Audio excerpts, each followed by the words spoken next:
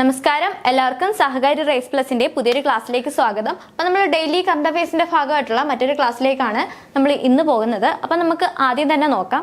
ഉറുദു കവി മുനവർ റാണ അന്തരിച്ചു. ആരാണ്? ഉറുദു കവി മുനവർ റാണ അന്തരിച്ചു എന്ന് പറയുന്നതാണ് അടുത്ത ന്യൂസ്. അപ്പൊ ഇതും നമ്മൾ പഠിച്ചു വെച്ചേക്ക. ഉറുദു കവി ആ ഹെഡിങ്ങിൽ നിന്ന് തന്നെ നമുക്ക് കിട്ടി. നമ്മൾ PSC ചോദിക്കും, അടുത്തിടെ അന്തരിച്ച മുനവർ റാണ ഏതു മേഖലയിലാണ് പ്രസിദ്ധൻ? ഏതാണ്? ഉറുദു കവി. ഒരു ചോദ്യം നമുക്ക് ഹെഡിങ്ങിൽ നിന്ന് തന്നെ കിട്ടിയല്ലേ. അപ്പൊ എന്താണ്? അടുത്തിടെ അന്തരിച്ച അല്ലെങ്കിൽ 2024 ജനുവരിയിൽ അന്തരിച്ച മുനവർ റാണ ഏതു മേഖലയിലാണ്? ഉറുദു കവിയാണ്. എന്താണ്? ഉറുദു കവിയാണ്. അപ്പൊ എന്താണ് ന്യൂസ്? പ്രശസ്ത ഉറുദു കവി മുനവർ റാണ അന്തരിച്ചു. ഓക്കെ. മാതൃസ്നേഹമായിരുന്നു കൃതികളുടെ പ്രധാന പ്രമേയം. അത് ഇമ്പോർട്ടൻ്റ് ആണ്. ധാരാളം കവിതകളും ഗസലുകളും ഒക്കെ അദ്ദേഹം എഴുതിയിട്ടുണ്ട്. അതിൻ്റെയൊക്കെ പ്രധാന വിഷയം എന്തായിരുന്നു? മാതൃസ്നേഹം. എന്താണ്? മാതൃസ്നേഹമായിരുന്നു. മാ എന്ന കവിത വളരെ പ്രശസ്തി നേടി. അപ്പം അടുത്തിടെ അന്തരിച്ച എന്താണ്? മുനവർ റാണയുടെ ഏറ്റവും പ്രസിദ്ധി നേടിയ കൃതി ഏതാണ്? മാ. ഏതാണ്? മാ. അപ്പം മാതൃസ്നേഹമായിരുന്നു നമ്മുടെ ഈ ഇദ്ദേഹത്തിന്റെ കൃതികളുടെ പശ്ചാത്തലം എന്ന് നമ്മൾ പറഞ്ഞു. അപ്പൊ അടുത്തിടെ അന്തരിച്ച ഉറുദു കവിയായ മുനവർ റാണയുടെ കൃതികളുടെ പ്രമേയം എന്തായിരുന്നു? അങ്ങനെയും ചോദിക്കാലോ. എന്താണ്? മാതൃസ്നേഹമായിരുന്നു പ്രമേയം. ഇദ്ദേഹത്തിനെ പ്രസിദ്ധനാക്കിയ കൃതി ഏതാണ്? മായാണ്. ഏതാണ്? മാ. ഓക്കെ. 2014 എഴുതിയ ഷഹ്ദബ എന്ന കവിതയ്ക്ക് സാഹിത്യ അക്കാദമി അവാർഡ് ലഭിച്ചിട്ടുണ്ട്. അപ്പൊ അടുത്ത പോയിന്റ് ഇതാ കിട്ടി. എന്താണ്? ഷഹ്ദബ എന്താണ്? ഇദ്ദേഹത്തിന്റെ കവിതയാണ്. ഓക്കെ. ഇദ്ദേഹത്തിന്റെ കവിതയാണ് ഷഹ്ദബ. ഇദ്ദേഹത്തിന്റെ മറ്റൊരു കവിതയാണ് മാ. ഓക്കെ. അപ്പൊ 2 കൃതികൾ കിട്ടിയില്ലേ. അപ്പൊ മാ എന്ന കവിതയും എന്താണ്? ഷഹ്ദബ എന്ന് പറയുന്ന കവിത എഴുതിയത് ആരാണ്? മുനവർ റാണയാണ്. ഇതില് ഇദ്ദേഹത്തിന് സാഹിത്യ അക്കാദമി അവാർഡ് നേടിക്കൊടുത്ത കൃതി ഏതാണ്? അത് ഷഹ്ദബയാണ്. നമ്മൾ പഠിച്ചിട്ടു മാതൃസ്നേഹത്തുമായിട്ട് ബന്ധപ്പെട്ട കൃതിയാണ് എഴുതുന്നത്. മാതൃസ്നേഹമായിട്ട് ബന്ധപ്പെട്ട് ഇദ്ദേഹത്തിനെ പ്രസിദ്ധനാക്കിയത് മായാണ്. അപ്പൊ നമ്മൾ മാ എന്ന് മാത്രം പഠിച്ചിട്ട് പോയാൽ ശരിയാവോ? മായാണ് ഏറ്റവും ഫേമസ് ആക്കിയത്. പക്ഷെ മാ എന്ന കവിത മാത്രമാണോ അദ്ദേഹത്തിനുള്ളത്? അല്ല. ഷഹ്ദബ എന്ന് പറയുന്ന കവിതയും അദ്ദേഹത്തിന്റെയാണ്. ആ ഒരു കവിതയാണ് അദ്ദേഹത്തെ സാഹിത്യ അക്കാദമി അവാർഡ് നേടിക്കൊടുത്തത്. അപ്പൊ PSCയുടെ ചോദ്യം ഇങ്ങനെ ആവാം. എന്ത് ചെയ്യാം? എങ്ങനെയായിരിക്കും PSC ചോദിക്കുന്നത്? അടുത്തിടെ അന്തരിച്ച അല്ലെങ്കിൽ ജനുവരിയിൽ അന്തരിച്ച ഉറുദു കവിയായിട്ടുള്ള മുനവർ റാണയ്ക്ക് സാഹിത്യ അക്കാദമി അവാർഡ് നേടിക്കൊടുത്ത കൃതി ഏത് അല്ലെങ്കിൽ കവിത ഏത്? അങ്ങനെ ചോദിച്ചാൽ ഏതാണ് ഉത്തരം? ഷഹ്ദബയാണ് ഉത്തരം. ഏതാണ്? ഷഹ്ദബ.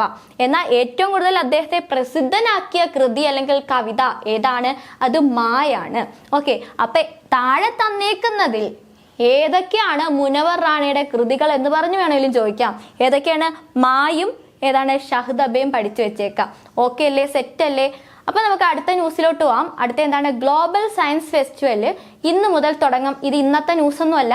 നമ്മൾ എന്താണ് കറക്റ്റ് ആയിട്ട് ഒരു പത്ര കട്ടിങ്സ് പോലും മിസ്സാവാതെ എന്താണ് എല്ലാ ന്യൂസും ആഡ് ചെയ്തുകൊണ്ടിരിക്കുകയാണ്. അപ്പൊ നിങ്ങൾക്ക് എന്താണ് കറക്റ്റ് ആയിട്ട് എല്ലാ കട്ടിങ്സും കിട്ടും, എല്ലാ ന്യൂസും കിട്ടും. നിങ്ങൾ എന്താണ് നോട്ടിനകത്തോട്ട് നോട്ട് ചെയ്ത് വെക്കുക. എക്സാമിൽ ഒരിക്കലും ഈ ന്യൂസ് എന്നത്തതാണ് എന്ന് ചോദിക്കില്ല. മനസ്സിലായോ? അപ്പൊ എന്താണ് ഗ്ലോബൽ സയൻസ് ഫെസ്റ്റിവൽ? അത് എവിടെയാണ് നടന്നതെന്ന് ചോദിക്കും. എവിടെയാണ്? തിരുവനന്തപുരത്ത്. പ്രഥമയാണ്, ആദ്യത്തെയാണ്. പ്രഥമ ഗ്ലോബൽ സയൻസ് ഫെസ്റ്റിവൽ എവിടെയാണ്? തിരുവനന്തപുരം. സംസ്ഥാനം ചോദിച്ചാൽ അപ്പൊ ഏതാണ്? കേരളം. ഗ്ലോബൽ സയൻസ് ഫെസ്റ്റിവൽ നടക്കുന്നത് ഏത് സംസ്ഥാനത്താണ്? ആദ്യമായിട്ട് നടക്കുന്നത് കേരളത്തിലാണ്. ഇത് കേരളത്തിൽ എവിടെയാണ്? തിരുവനന്തപുരത്താണ്. തിരുവനന്തപുരത്ത് എവിടെയാണ്? തോന്നയ്ക്കൽ. എവിടെയാണ്? തോന്നയ്ക്കലാണ്. തോന്നയ്ക്കൽ ലൈഫ് സയൻസ് പാർക്കിലാണ് ഈ ഒരു പ്രഥമ ഗ്ലോബൽ സയൻസ് ഫെസ്റ്റിവൽ നടക്കുന്നത്. പഠിച്ചു വെച്ചേക്കാം. ഓക്കെ. മാടമ്പി സുബ്രഹ്മണ്യൻ നമ്പൂതിരി. എന്താണ്? മാടമ്പി സുബ്രഹ്മണ്യൻ നമ്പൂതിരിക്കും വേണുജിക്കും ഫെലോഷിപ്പ് കിട്ടി എന്നതാണ് അടുത്ത ന്യൂസ് എന്ന് പറയുന്നത്. അപ്പൊ എന്താണ്? ആരുടെയാണ് ഈ ഫെലോഷിപ്പുകൾ? കലാമണ്ഡലമാണ് ഈ പുരസ്കാരങ്ങൾ നൽകുന്നത്. അപ്പൊ ആർക്കൊക്കെയാണ് ഫെലോഷിപ്പ് കിട്ടിയത്? പഠിച്ചു വെച്ചേക്കാം. മാടമ്പി സുബ്രഹ്മണ്യൻ നമ്പൂതിരിക്കും വേണുജിക്കും.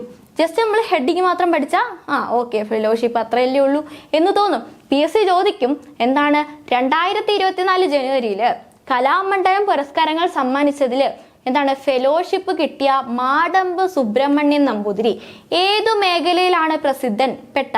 പെട്ടില്ലേ? ഏത് മേഖലയാണ്? അപ്പൊ അതും പഠിച്ചു വെച്ചേക്ക. കഥകളി സംഗീതം. ഏതാണ്? കഥകളി സംഗീതം. ബ്രാക്കറ്റിൽ കൊടുത്തിട്ടുണ്ട് അവിടെ കഥകളി സംഗീതം എന്ന് കേട്ടാ. അപ്പൊ മാടമ്പ് സുബ്രഹ്മണ്യൻ നമ്പൂതിരി ഏത് മേഖലയാണ്? കഥകളി സംഗീതമാണ്. ഇനി തിരിച്ചു ചോദിച്ചൂടെ, എന്താണ് കലാമണ്ഡലം പുരസ്കാരങ്ങളിൽ ഫെലോഷിപ്പ് കിട്ടിയ വേണുജി ഏത് മേഖലയിലാണ് പ്രസിദ്ധൻ? ഏതാണ്? കൂടിയാട്ടമാണ്. ഓക്കെ, അപ്പൊ കൂടിയാട്ടം. അപ്പം അടുത്തിടെ കലാമണ്ഡലം പുരസ്കാരമായ ഫെലോഷിപ്പ് കിട്ടിയ എന്താണ് കൂടിയാട്ട കലാകാരൻ ആര്? അങ്ങനെയും ചോദിക്കാം. ആരാണ് കൂടിയാട്ട കലാകാരൻ? വേണുജി. ഓക്കെ, തിരിച്ചും ചോദിച്ചില്ലേ? ഇനി അടുത്ത വേണമെങ്കിൽ വീണ്ടും തിരിച്ചു ചോദിച്ചൂടെ?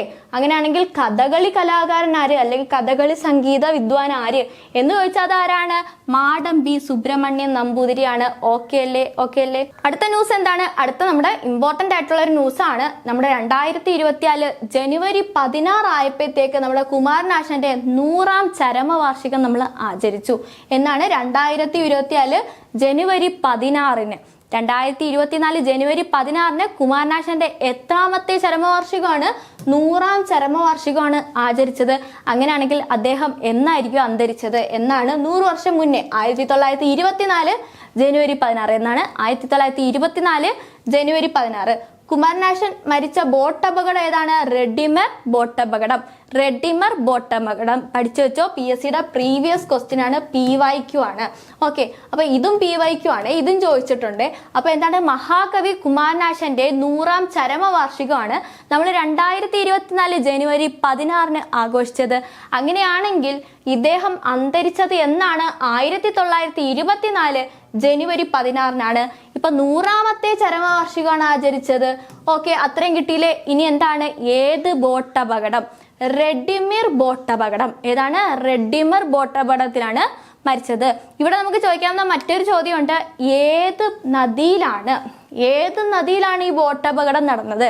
ഏതാണ്? പല്ലനയാണ്. പല്ലന ആറ്റിലാണ് ഈ റെഡിമർ ബോട്ട് അപകടം നടന്നത്. ഈ മരണത്തിന് ശേഷം, കുമാരനാശൻ മരിച്ച ശേഷം ആ സ്ഥലം ഇപ്പൊ അറിയപ്പെടുന്ന പേരെന്താണ്? കുമാരകോടി. എന്താണ്? കുമാരകോടി എന്നാണ് ഈ കുമാരനാശൻ അന്തരിച്ച ആ സ്ഥലം അറിയപ്പെടുന്നത്. ഓക്കെ, അപ്പൊ നമ്മുടെ ഈ ന്യൂസ് കട്ടിങ്സിൽ കുമാരനാശനെ പറ്റി കുറച്ച് കാര്യങ്ങൾ പറയുന്നുണ്ട്. അപ്പൊ നമുക്ക് PSC പോയിന്റ് ഓഫ് വ്യൂവിൽ നമുക്ക് കുമാരനാശനെ പറ്റി ഒന്ന് പഠിക്കാം. ഓക്കെ, എന്താണ്? 1873 ഏപ്രിൽ 12-നാണ് കുമാരനാശാൻ ജനിക്കുന്നത്. എന്നാണ്? 1873 ഏപ്രിൽ 12-ന് എന്നാണ്? 1873 ഏപ്രിൽ 12-നാണ് കുമാരനാശാൻ ജനിക്കുന്നത്. എവിടെയാണ്? തിരുവനന്തപുരം ജില്ലയിലെ കായിക്കരയിലെ ചെറിയൻകീഴ് താലൂക്കിലെ എന്താണ്? തൊമ്മാൻ വിളാകം വീട്ടിലാണ് നമ്മുടെ കുമാരനാശാൻ ജനിക്കുന്നത്. എവിടെയാണ്? ഒന്ന് കൂടെ പറഞ്ഞു പോയാൽ നിങ്ങൾക്ക് ഇപ്പൊ തന്നെ സെറ്റ് ആവും. എന്താണ്? തിരുവനന്തപുരം ജില്ലയിലെ കായിക്കരയിലെ ചിറയൻകീഴ് താലൂക്കിലെ എവിടെയാണ്? തൊമ്മാൻ വിളാകം വീട്ടിലാണ് കുമാരനാശാൻ ജനിക്കുന്നത്. ഓക്കെ അല്ലേ? ഇനി കുമാരനാശാന്റെ അച്ഛന്റെ പേരെന്താണ്? നാരായണൻ പെരുങ്കുടി. എന്താണ്? ന്യൂസിൽ നാരായണനേ ഉള്ളൂ. നമ്മുടെ റാങ്ക് ഫയൽ എടുത്തു നോക്കിയാൽ നാരായണൻ പെരുങ്കുടി എന്ന് കിട്ടും. അടുത്ത എന്താണ്? അമ്മ ആരാണ്? അമ്മ കാളിയമ്മ. അമ്മ ആരാണ്? കാളിയമ്മ. നമുക്ക് മറ്റൊരു പേരും നമ്മൾ പഠിച്ചിട്ടുണ്ട്, കൊച്ചുപെണ്ണ് അല്ലെ? നമ്മൾ മറ്റൊരു പേരും പഠിച്ചിട്ടില്ലേ, കൊച്ചുപെണ്ണെന്ന്. അപ്പം നമ്മുടെ കുമാരനാശാന്റെ അമ്മയുടെ പേര് കാളിയമ്മ. കൊച്ചുപെണ്ണെന്ന് പറഞ്ഞാലും ആര് തന്നെയാണ്? കുമാരനാശന്റെ അമ്മയുടെ പേരാണ്. അങ്ങനെയാണെങ്കിൽ വൈഫ് ആരാണ്? ഭാനുമതി അമ്മ. ആരാണ്? ഭാനുമതി അമ്മയാണ് കുമാരനാശാന്റെ വൈഫ്. ഓക്കെ, അത്രയും കാര്യങ്ങളൊന്നും പഠിച്ചു വെച്ചേക്കാം. അടുത്ത നമുക്ക് അറിയാവുന്ന ഒരു കാര്യം എന്താണ്? കുമാരനാശാൻ എന്താണ്? മഹാകാവ്യം എഴുതാതെ മഹാകവിയായ വ്യക്തിയാണ് അല്ലെ? മഹാകാവ്യം എഴുതാതെ മഹാകവിയായ ഒരേ ഒരു വ്യക്തിയാണ് നമ്മുടെ കുമാരനാശാൻ. അങ്ങനെയാണെങ്കിൽ നമ്മുടെ കുമാരനാശാന് മഹാകവി പട്ടം നൽകിയത് ഏത് യൂണിവേഴ്സിറ്റിയാണ്? മദ്രാസ് യൂണിവേഴ്സിറ്റിയാണ്. ഏതാണ്? മദ്രാസ് യൂണിവേഴ്സിറ്റിയാണ്. അങ്ങനെയാണെങ്കിൽ പട്ടും വളയും നൽകിയത് ആരാണ്? അത് വെയിൽസ് രാജകുമാരനാണ്. ഓക്കെ, അങ്ങനെയുള്ള കാര്യങ്ങളൊക്കെ ഒന്ന് പഠിച്ചു വെച്ചേക്കാം. നിങ്ങൾക്ക് എന്താണ്? റാങ്ക് ഫയൽ എടുത്ത് ഇങ്ങനെ ഒരു ന്യൂസ് കിട്ടിയാൽ വളരെ ഇമ്പോർട്ടൻ്റ് ആണെന്ന് മനസ്സിലായില്ലേ? 100ാം വാർഷികമാണ്, വളരെ ഇമ്പോർട്ടൻ്റ് ആണ്. അപ്പോൾ കുമാരനാശാനെ പറ്റിയുള്ള ചോദ്യങ്ങൾ വരാനുള്ള സാധ്യതയും കൂടുതലാണ്. അപ്പോൾ അതെടുത്തൊന്ന് പഠിച്ചു വെച്ചേക്കാം കേട്ടോ. അടുത്ത എന്താണ്? 1903 എന്താണ് വന്നത്? SNDB സ്ഥാപിച്ചു അല്ലേ? SNDP സ്ഥാപിച്ചപ്പോൾ അതിൻ്റെ ആരായിരുന്നു കുമാരനാശാൻ? ആദ്യത്തെ സെക്രട്ടറി ആരാണ്? ആദ്യത്തെ ജനറൽ സെക്രട്ടറി ആരാണ്? കുമാരനാശാൻ. 1903 SNDP സ്ഥാപിച്ചപ്പോൾ അതിന്റെ ജനറൽ സെക്രട്ടറി ആരായിരുന്നു? കുമാരനാശാൻ ആയിരുന്നു. ഓക്കെ, പിന്നെന്താണ് 1904 എന്ത് വന്നു? വിവേകോദയം വന്നു അല്ലേ? വിവേകോദയത്തിന്റെ സ്ഥാപകൻ ആരാണ്? വിവേകോദയത്തിന്റെ സ്ഥാപകൻ കുമാരനാശാനാണ്.